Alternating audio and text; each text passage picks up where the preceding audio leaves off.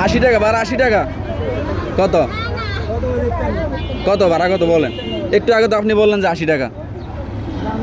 হ্যাঁ এ ভাই, এই যে হ্যালো, এখান থেকে সিএনজি ভাড়া সোনাপুর 80 টাকা না? সেবাখালী থেকে সোনাপুর প্রতিটি সিএনজি ভাড়া 80 টাকা করে নিতেছে।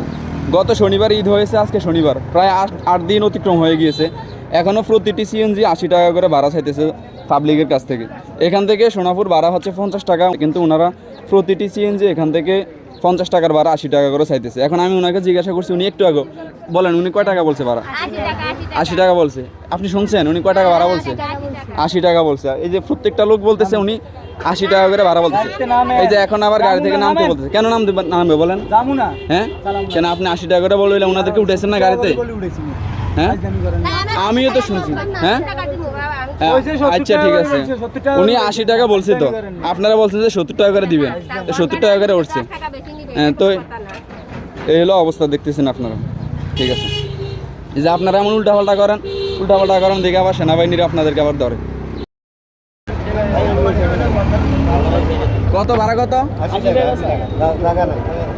80 টাকা এখান থেকে সোনাপুর ভাড়া 80 টাকা।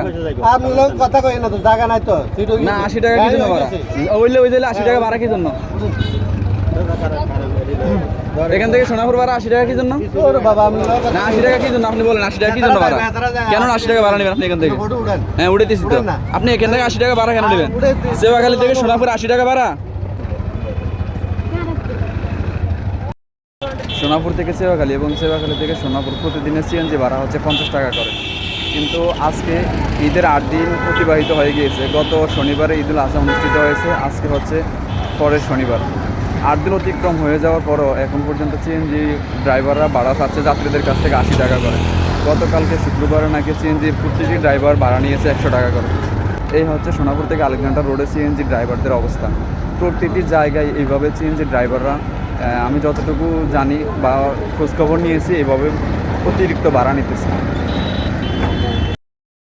সোনাপুর থেকে প্রতিদিনে ভাড়া হচ্ছে 20 টাকা, কিন্তু এখন দেখতেছেন আপনারা আমি এখন যাচ্ছি 30 টাকা করে ভাড়া নিতেছি।